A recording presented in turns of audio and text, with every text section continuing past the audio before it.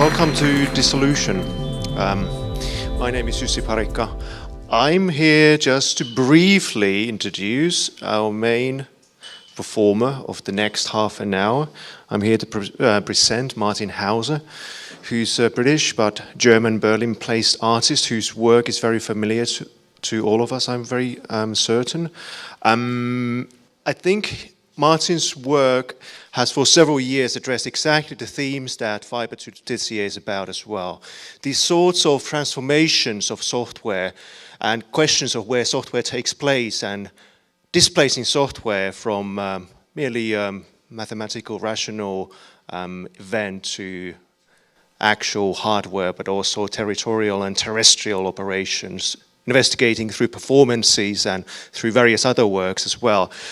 This sort of partly speculative, partly very material way in which technological culture takes place, but also dissolves, like today we will witness. Martin studied, I'm proud to say, years ago at Winchester School of Art, but also at Goldsmiths, and indeed has been engaging over the years in many projects that deal with chemistry, alchemy, hardware, and software.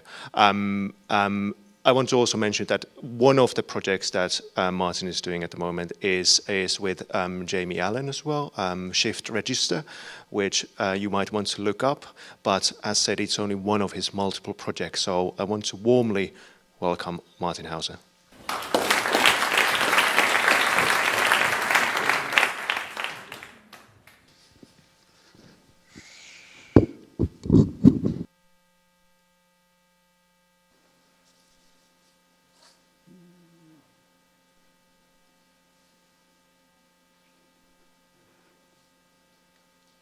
So I'm going to start off with 3 short excerpts which explain everything and, in the manner of alchemy, explain nothing simultaneously. So the first one is from John Dee, probably like one of the most famous English scientists, spy, and alchemists. And this is as follows: "Let the waters above the heavens fall, and the earth will yield its fruit." And this became some kind of emblematic slogan for a work which I was conducting and is still conducting, which is relating to an area of northern Quebec called Rouyn-Noranda, which I'll talk about later. So the question is, what are these waters which are falling from the heavens, and what is the fruit which the earth is yielding? And so hopefully we can think about this.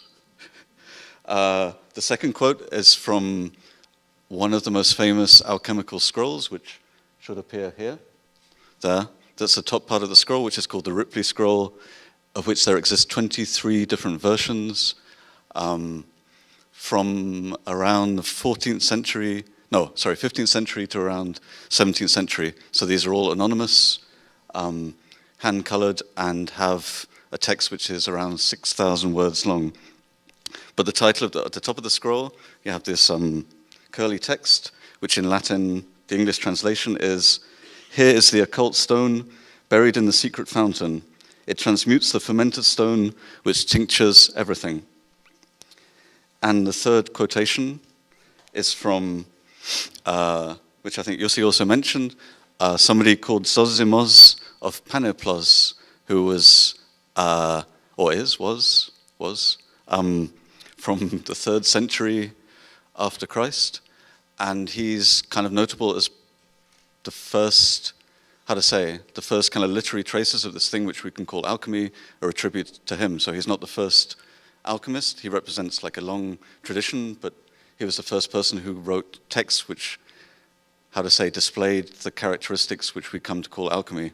So I read from this text, which is, the kind of inspiration for this lecture / performance. And this text explains everything.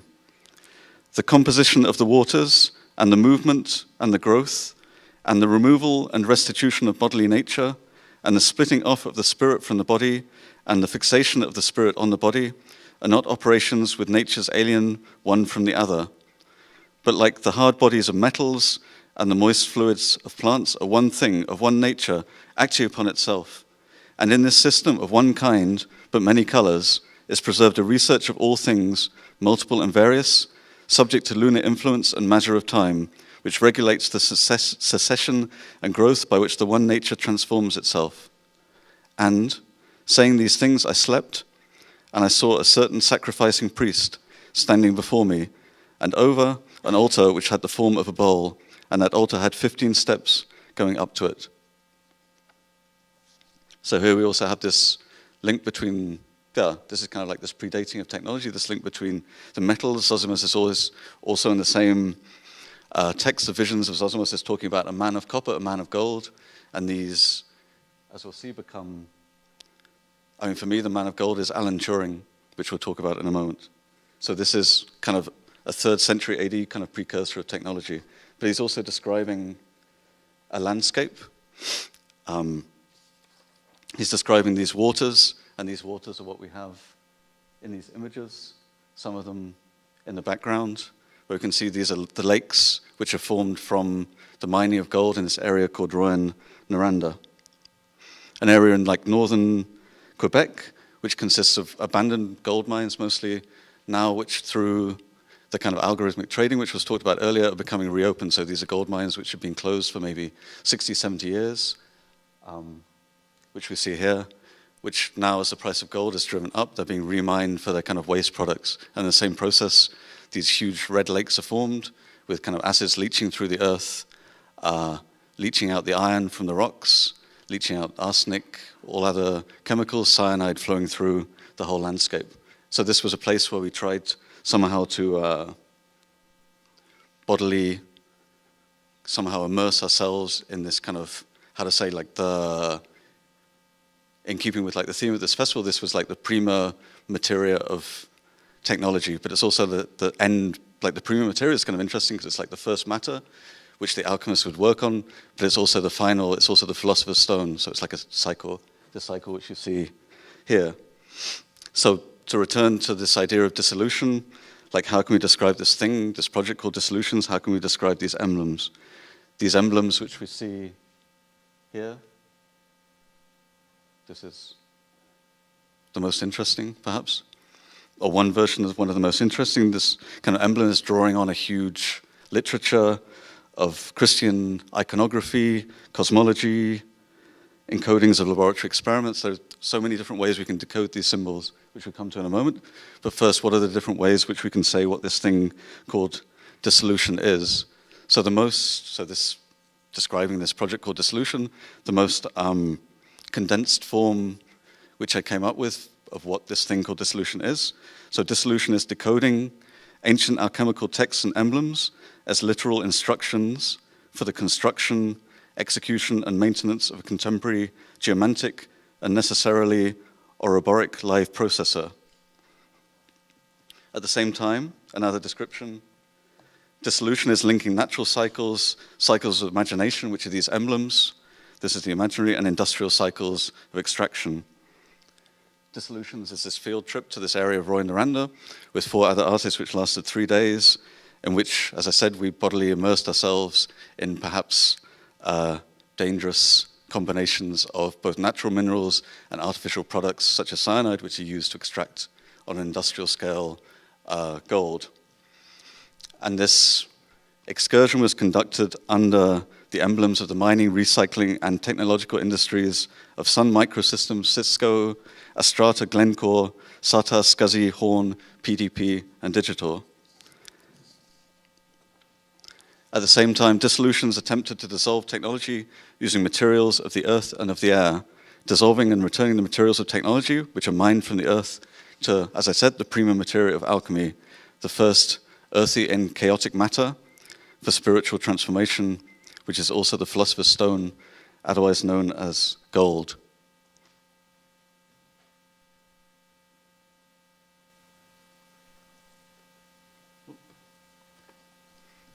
So I'll talk a bit first about the, well not first, secondly. I'll talk about this repeating emblem. What I find interesting, so I started with somehow simultaneously with this work called Dissolutions in Quebec.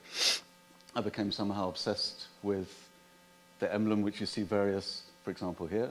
the emblem which we see various versions of. And again, what's interesting is these are all anonymous versions which are of a, how to say, like a logo or emblem, which nobody knows where this is coming from, but it's repeated over several centuries in different forms.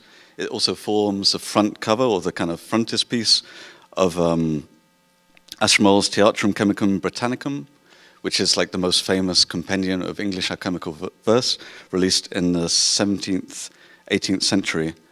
And what is, so this emblem, which we can see various versions of, always with this toad in the middle.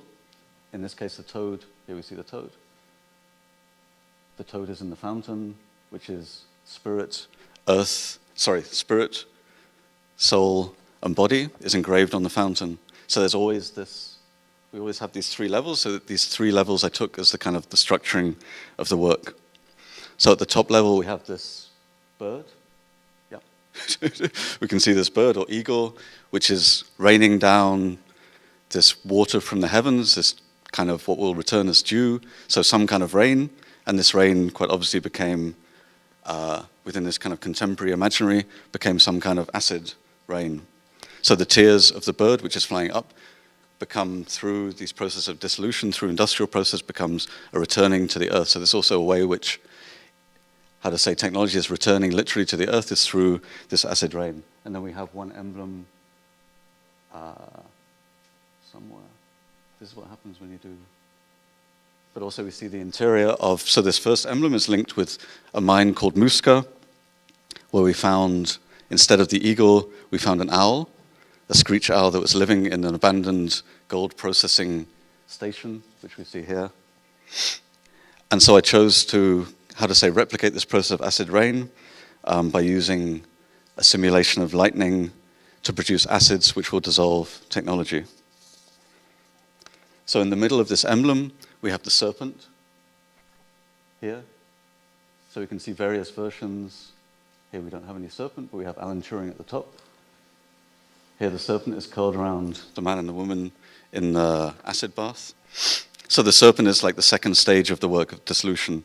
So the serpent for me, which in a sense should be the soul, becomes technology, becomes logic, becomes computation. So the serpent is somehow quite strongly linked with computation, and we have this link to the most simple computation machinery, or originally computational machinery I could think of or relate to, was historically the Turing machine, which demonstrates logically the very processes of computation, which then come to be embodied in gold and copper, which is why Alan Turing is the gold man, but also the reason for him being the gold man is that his accidental death or suicide was linked to the ingestion of cyanide, which is used to extract gold, and which he was using, or apparently, so one version is that the accident was caused by ingestion of cyanide because he was making, how to say, like home or amateur science experiments with the extraction of gold by electrolysis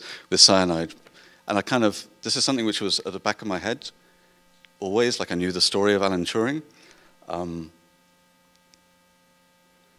But it only really came to the forefront when I was visiting these mines, and every day we're kind of like pulling up earth samples for processing, checking out the rocks, collecting like basically a carload of stuff from these mines, water samples, things like this to kind of work into this project.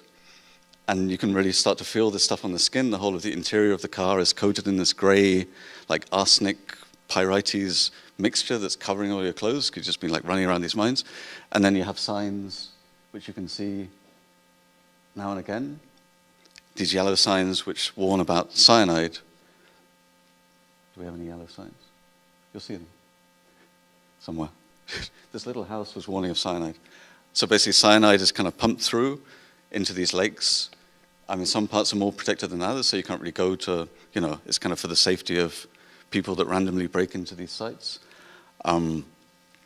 So what I wanted to do was to test for the cyanide, like to see, do these rocks, does this mud contain cyanide?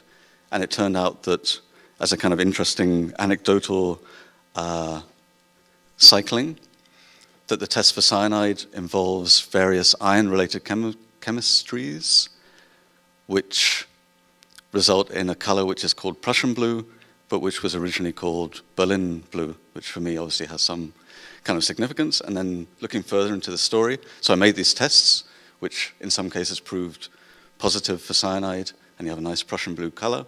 So this was, so Prussian blue was used as a pigment, and it relates to cyanide in its kind of molecular composition in like 18th century, but was discovered by an alchemist in Berlin who happens also to be the model for Frankenstein, because he was working in the castle and was kind of like mad scientist, blah, blah, blah, which kind of provided a further link to these kind of like notions of artificial life, artificial intelligence, which Alan Turing was working towards. So it's like another cycle.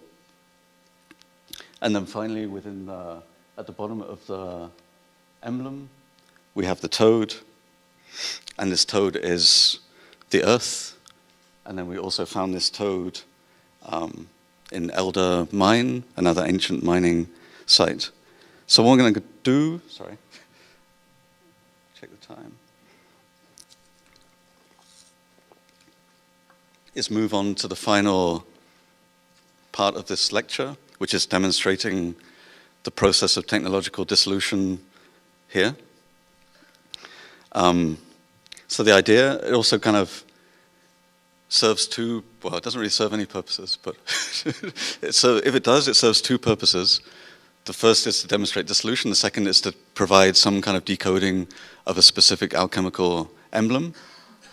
But I'll first explain what I wanted to do. So the idea was, because also I was working quite recently with human voice and the other voices which are in these emblems, and the voice of the earth. So I wanted to somehow dissolve the very technical processes of delivering my voice, the microphone, but using an ancient alchemical recipe which results in the production of various acids which will dissolve gold, even though the microphone is not gold. But the scale of this microphone is too large. So this, the whole room would be filled with dangerous vapors if I attempted this. So I have like a micro model of the microphone and technical apparatus here. So it's the same microphone. You have some amplifier here. And the idea is to replicate this alchemical experiment, which is described by Basil Valentine in, I think, 17th century. And what I'll do is quickly read the text. So from Basil Valentine, so he's basically describing what I'm about to do there. So what he describes, which I'm about to read, is what he's talking about is what is in this bag, and the process that he's talking about is what I'll do. So it's a direct thing. It's a direct thing. Okay, but it might not sound so direct.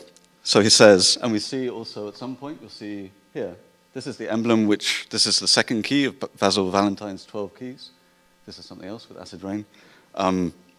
So he says, or he writes, the precious water in which the bridegroom needs to have his bath must be made most cleverly and carefully from two fighters, in brackets, understand two contrary things. It is not useful for the eagle to make his nest alone at the top of the Alps, for his young would freeze from the snow high up in the mountains. But when you introduce to the eagle the old dragon who has dwelt long among the rocks and who creeps in and out of the caves of the earth, so this is what we have here. In here is the eagle and the old dragon. Just brought it down the road. When we set upon the two of them a hellish heat, that should be, then Pluto will blow strongly and drive out from the cold dragon a flying, fiery spirit whose great heat will burn up the feathers of the eagle and prepare a steam bath, so that the snow on the highest mountains must melt entirely and turn into water, whereby the mineral bath is rightfully prepared and can give the king good fortune and health. Okay, so basically to explain very quickly, because I don't have so much time, so the eagle is identified as sal ammoniac. That's the old way of talking about ammonium chloride. And the way that we're talking about this eagle in the snow, this is, encoding the fact that if you heat up sal ammoniac or ammonium chloride, then you form a vapor which then recrystallizes further up the retort or the test tube, so it's like snow. So basically it's like you're kind of producing this snowy effect, which is what he's talking about. And the eagle, the bird at the top is always something which is ascending. So it's always this like vapor process. So this one way of looking at these emblems is to encode a chemical process. And the dragon, the other interesting thing about the Salomoniac is it was traditionally produced from animal products or human products such as hair or bone. So it's kind of a bodily relation. And the dragon who lives in caves is saltpeter or potassium nitrate, which has a huge history in the production of explosives until it was kind of phased out with the Haber-Bosch process. So all of these are kind of early processes which kind of stopped within the history of chemistry because they weren't viable as a means of producing industrial quantities of these acids. So the dragon who lives in the cave is saltpeter because this saltpeter you can find crystallized on the inside of stables and caves. It's some kind of also a natural nitrate product. And when we mix the two together, as we have here, and we subject them to the heat of Pluto, which we have here, then, as it says, Pluto, I have to follow again. Pluto will blow strongly and drive out from the cold dragon a flying, fiery spirit. This is nitric acid, whose great heat will burn up the feathers of the eagle, so they kind of mix together to form what is called aqua regia, which is the only acid which is able to dissolve gold. And gold is the bridegroom, the king and the queen, or the king, rather. And this gold is also symbolized on the emblem somewhere as Mercury. So this gold is like the Prima Materia, the spirit, which is flying up also, which has wings. And the kind of the moral of the whole, how to say, exercise is that this gold is also the other chemical which can dissolve. Gold is cyanide in combination with oxygen, which is, yeah. So that's the kind of the circle. So what I try and do now is, so just, I'm going to move this, what am I going to move this down here? I don't know. So hopefully the, can you hear me? No. I mean, because it's kind of like in this tube, there's this kind of feedbacky ringing, which we can't really avoid. But we'll just see what.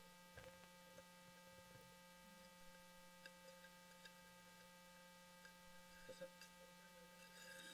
Yeah, I'm not going to speak. And I might. But the problem is if I speak, then the condensation from my own breath will crack the glass against the heat. That's the only. That's what I think anyway. But. So I've pre-mixed this, but it's not dry. And I'm not going to. The other thing is like, it's not so safe to introduce like a large quantity. And then we need to kind of, because the vapor is poisonous.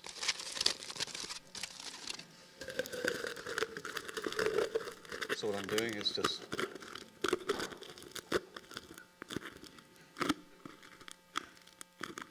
Is very small.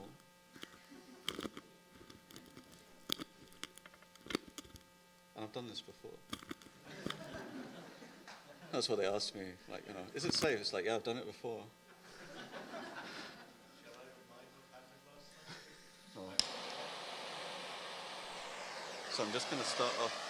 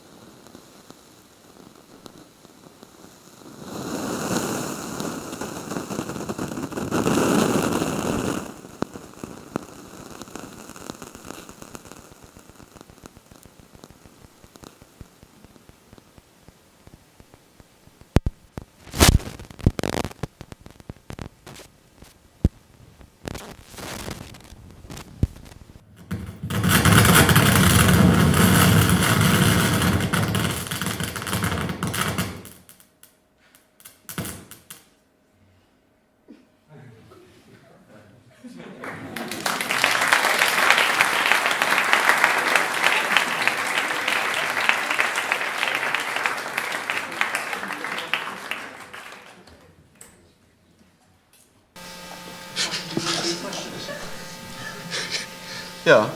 I think we have just Do it. time for one or two questions if you want to, if you have anything about the performance or about the talk itself as well. I have many thoughts, but then again I don't want to be the one who's taking the space. So please, if the audience has questions, this is your moment. I personally like this sort of idea that you're placing this whole macrocosmos of a historical legacy of alchemy into this microcosmos of the performance itself. And what to me, I was kind of all the time thinking about, perhaps you said it and perhaps I'm a bit thick, and I am, but still. Why exactly sound and voice and hence microphone? On the one hand, one could say that it's a weird kind of a recording of this whole, the legacy of the... Yeah, I wanted to somehow just sorry, I just wanted to subject my own lecture to the process that I'm talking about, just as a kind of, but also I was interested in this, on one, it's not so, sorry, in one of the emblems there's almost this, for example here you have this breath from above, and it's like the breath of the alchemist that is coming into this vessel somehow, which is similar, even though I wasn't breathing into this because it's too dangerous, but there's always this, which I find quite peculiar, this idea that the whole process is kind of, I was talking to somebody earlier, I don't know if it was you, but it's this very humanist thing, that it's like the whole world, the whole of technology is just from this breath almost, or this spirit. Not necessarily, I mean, I'm not saying whether it's in a positive way or in a negative way, it's not, it's so great that, the whole of this cycle is started by spirit, or, And the whole kind of importance of spirits and breath that is recorded by technical media is one part of that cycle. Any questions, comments? If not, we can one more time thank you in the traditional way for a wonderful performance. Thank you.